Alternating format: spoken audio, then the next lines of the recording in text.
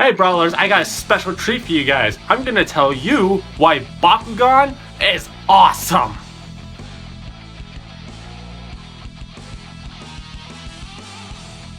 Shut up.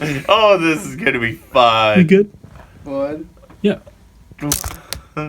Oh. So I should probably tell you guys my own history with the game, stretching out all the way back to the original series.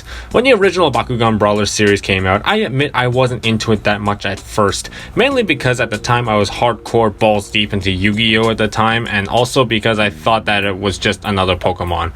Pokemon, Bakugan, sounds kind of the same. I mean, come on guys, like, I was a kid back then that barely knew any English. Can you, like, honestly tell me that there's seriously a connection between the two franchises? I mean, Bakugan is just a franchise that is just a game where people own fictional monsters that are trapped inside little balls, and the point of their existence is to fight other monsters trapped in balls for sport, and in real life it also has a TCG. If you think that there's some connection, well then that's just silly. What are you gonna do? While I did watch a few episodes of Battle Brawlers, I didn't get too into the series that much though. I kind of remember my favorite character was Masquerade, and I remember watching that episode where Alice is revealed to be Masquerade.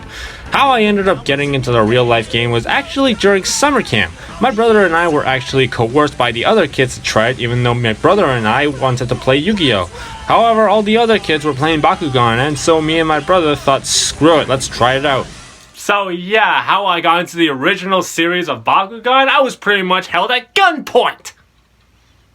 I remember my family went grocery shopping and me and my brother picked up 3 Bakugan. My brother, being smart, picked out 3 Oculus Bakugan, and I only bought the Masquerade Darkest Hydronoid Special because I thought they weren't the same Bakugan. The kids told me I could only use one of them, and they lent me 2 more Bakugan with gate and ability cards I needed. I didn't know how true that was, that I couldn't use the 3 Hydronoids in the Masquerade pack, but hey, they let me Bakugan and cards and I got to play, and I remember that it was a lot of fun. My deck was Single-Headed Hydronoid, Reaper, and Fever Ripper from what I remember, and the cards, nope, don't recall what I got at all. And when summer camp was over, I didn't give the loaners back. Bakugan was too much for me to keep up, and since I focused my time on Yu-Gi-Oh! And eventually I heard it got ridiculous and died. 4 battle gear have never been so powerful. I'm also sad that my mom threw away all my old Bakugan stuff. I heard that Masquerade pack goes for like I don't know, like a bunch of money. That single-head Hydronoid alone is worth like $200. Thank you, Mom. Still, what made Bakugan really fun for me was the fact that there was a level of physical skill needed to play that game. Playing it for the first time years ago, I had no regrets. The only regret I had was not exploring it even further at the time. Although since they so badly lost their way, I felt a little better. But overall, rolling the Bakugan and unleashing them out of a ball form, playing cards to help them fight, and having that some feeling watching them fight on the table like the space chess table from Star Wars, that was an amazing rush I remember getting. And now, years later, we got a reboot, Bakugan Battle Planet. Bakugan Brawl needs a big brawl. And I gotta say, this rebooted series is absolutely freaking amazing. Like everything from like the card game and the toys to skill shooting, and even the series is just, it's all so freaking amazing.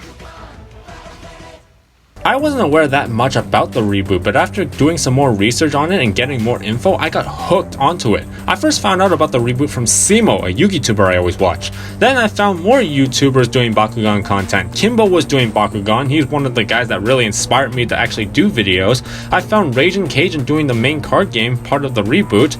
The detective was someone I watched the Forbidamon videos, and I found out he was doing Bakugan as well.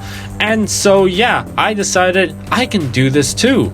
My friend Dawson found out about the reboot as well, and together we gave the game a try and made a video, eventually gathering more of our friends into it, and that's how Only Elite Bakugan started.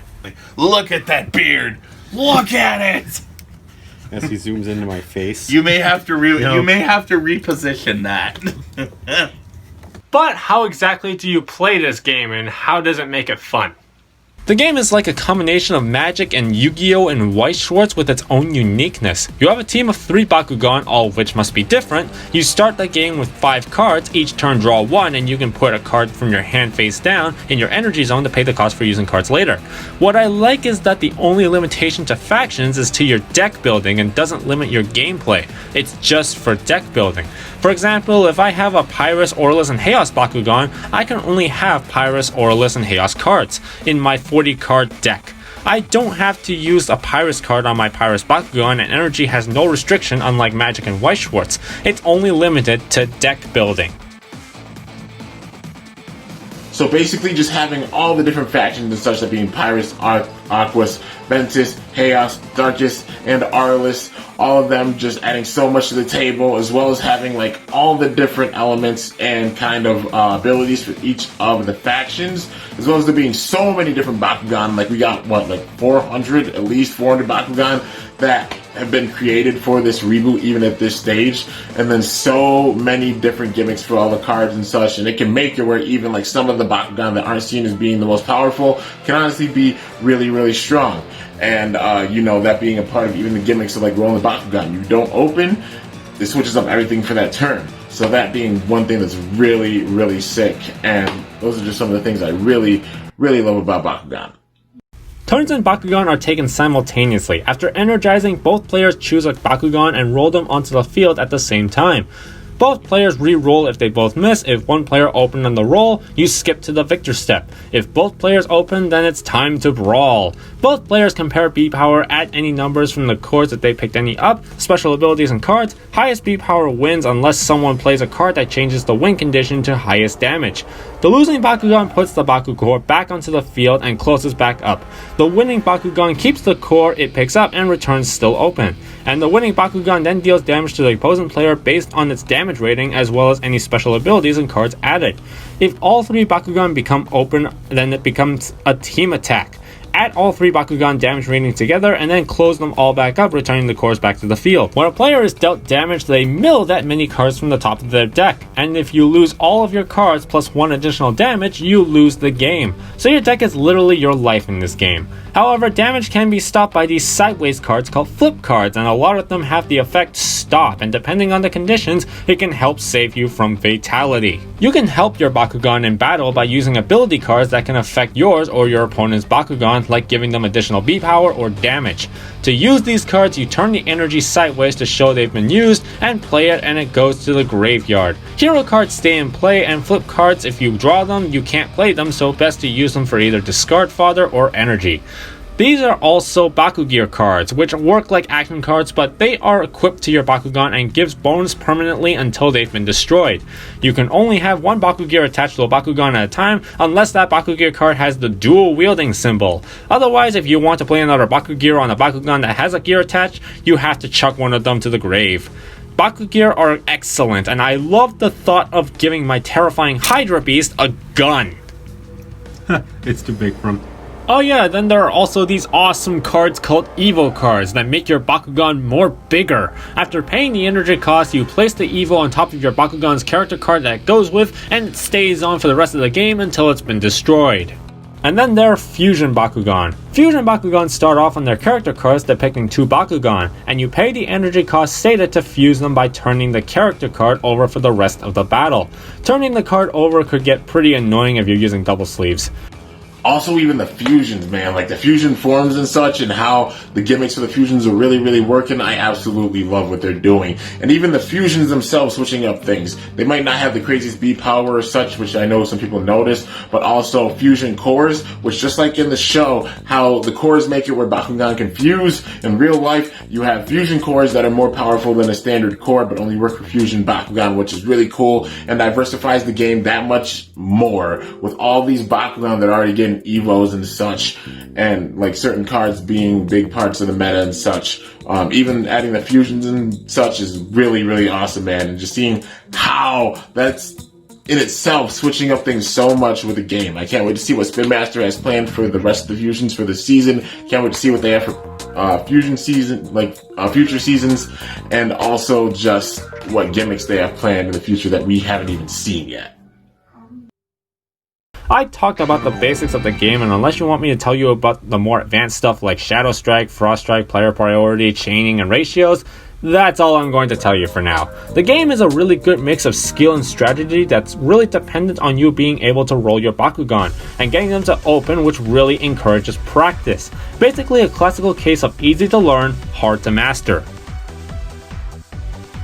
You actually have to have this dexterity skill, which, I mean, it's kind of easy to get, like, it's kind of easy to perfect after you get used to it, but it still adds like that extra, like, oh my god, what am I gonna do? No, like, am I gonna stand? Like 90% of the time, actually probably more than that, I stand. But you know, besides the point, it's that's one of my favorite aspects of the game. That's one of the things that makes it super fun to me. I love having like the actual like figures, something to hold on to. It adds another aspect to an already fun trading card game.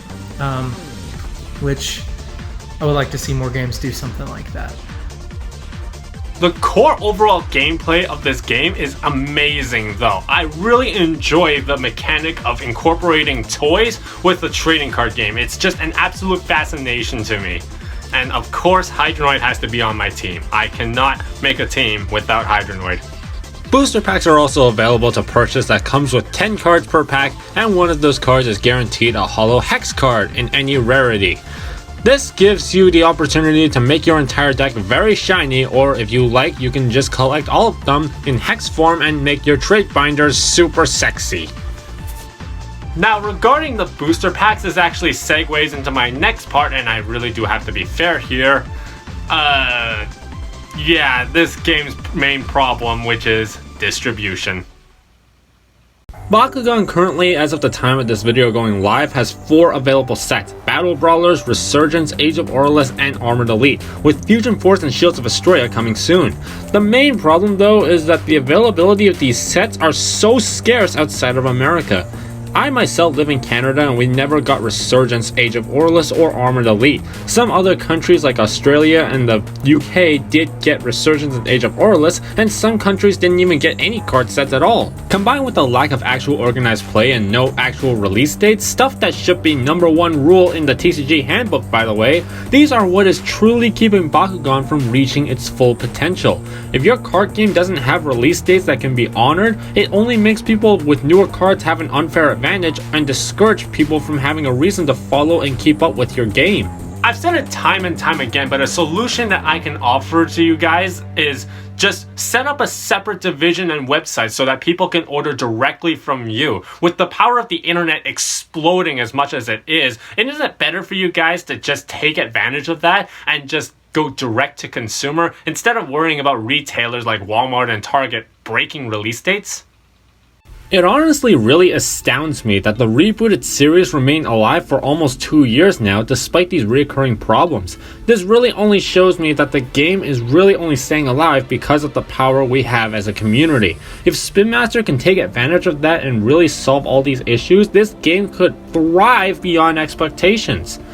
Bakugan has already shown they're able to do that with them always being receptive to their audience via community manager Ventus Knight. A game that is able to listen to its audience and consider suggestions and criticisms is always the best direction. What it really comes down to is just the big question to Spin Master: are you guys willing to put in the effort to make such changes? It's a brand that I've loved for a long time. I loved it since the original Bakugan. I actually have some Bakugan right here. The B1 and B2 Bakugan, which we started out with, and then to come to the game now with Battle Planet and now Armored Alliance, to have this. I mean, I forget how old I was when the first series came out, but I would have flipped if I saw this. I would have probably been I probably would have been shocked to see something like that just on the shelves and everything, but you know, there's just so much about the game, you know, and probably the biggest thing that I like about it so much is that it's just fun. It's a lot of fun, whether you play the TCG or the toy battling game. It's just so much fun. I truly love Bakugan not just for its immersive gameplay, but also because of its collecting side of it. I truly love this franchise. You can see all the Bakugan merchandise that I display proudly in my room because I consider Bakugan a really true piece of art. My overall opinion on this game is that it's extremely fun, it's engaging, it's fun to collect, and really gives kids and adults something to be excited about, all factors that are important to any game. There's also a thrill of connecting very personally to a little toy you believe can come to life and fight for you, and it just makes it all the more fascinating. Getting into Bakugan has done a lot for me personally. It helped me have fun and get excited and passionate about something. It helped me break out of my shell and produce content on YouTube again. I've had the honor of getting to know some YouTubers that inspired me, like K1mbo. I had Julius Cho, the voice of my favorite character in the new Bakugan show, Magnus, come onto my channel and do a podcast. Like, holy sh**, that's amazing. How did you do that? And more importantly, Bakugan helped me make something that people can watch, and there are no words to describe how grateful I am to my audience and to everyone that told me they were inspired by me to start Bakugan. All the friends that I've made along the way, all the support you have given me, everyone that watches the channel and subscribes, you guys are the reason why this channel even exists in the first place. And words have not been invented yet to describe how much I appreciate every single one of you. The best I can do is just keep going and encourage everyone else to keep going, to keep making Bakugan content and to share your passion as best you can.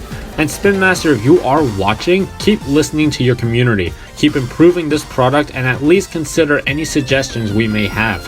I will always be in your debt for creating something that has done a lot for me, but I want to see it keep going and going for a long time. So yeah, I think the game is amazing in my opinion, and I love it very much. As long as the game will be around, I probably will too. The excitement of it all is amazing, and the passion this community has for it is inspiring. If Bakugan keeps going, then you can bet your collection I will be there to support it all the way. Because Bakugan is for everyone.